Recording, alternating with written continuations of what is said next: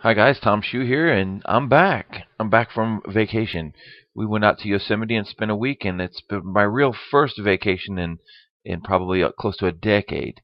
I've taken a few days here and there, but I haven't taken a week. So I feel refreshed. I'm back. I'm excited, and we're ready to work. Now, while I was gone, I've got several emails, more than several, about a milky black image, these faded looking images that you're starting to see a lot of. And you get these trends and people want to sell you plugins and stuff like that. So I'll show you how to create it, and I also have some plugins available. So here we go. Let's just grab an image here and let's look at it. When you say faded, it's basically a lack of contrast. And this one here, if we look at it in the develop module, there's been nothing applied to this image because this is the way this image was shot. It's shot with that backlight, and that light is filling the lens with this light, and it's not really flaring it, but what it is doing, it's killing the contrast. So if you go out into late afternoon in the sun and you put your subject with the light back to him when the sun's really low in the sky, it's going to give you that nice golden light, and it's going to wash around him. It's going to create a similar effect. It'll be a little bit warmer, but what it does, it kills the contrast on the image, and it makes it faded looking.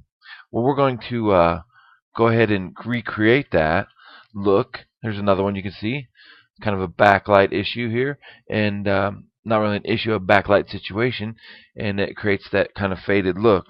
Well, if you have an image that you want to apply it to, say like this image here, you see this image, it's also backlit, you can see the light on the back of the subject's head, but you want it to be that milky look, you can do it.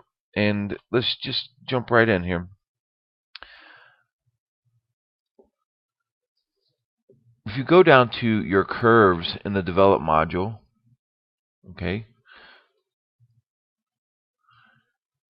you'll see that you have this curve here. And if you pin this curve, kind of like somewhere not in the middle, this is directly in the middle, somewhere just above this quadrant here, somewhere in this area, you create a pin, and you grab these blacks, look what happens to this image. It starts to wash out and fade. Basically, you're pulling up the blacks and you're creating um, that milky black situation, that faded look. Okay. Now there's some other things you can do to your image. Let's redo that. You can add in. I've created a preset which does a lot actually.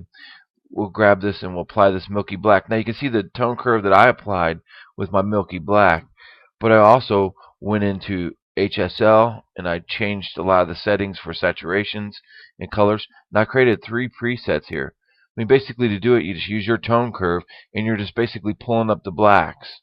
But with my presets, I want to apply to a myriad of images. So we'll go ahead and undo this one and undo it again. And we'll go into some other images and see how these presets work. I showed you how you just do it. You do it in the tone curve. Let's go into the develop module, and we'll look at the 3 different ones we have. There's my milky black. All right, you can see that kind of curve. And we have one that's cool, kind of creates a cooler look to it. And we have one that's warm. Since this is already warm image, it's probably going to be quite a bit warm. Okay, you see it also pumps up the highlights a little bit. So now you have to go in and tweak it if you're going to use it on these different images. Let's take a look at a different one here. Let's look at this one here. And say if we go into the develop module and we choose the milky black, you see how it kind of fades it. And we'll try the cool. Control Z fades it, and back to the milky black warm.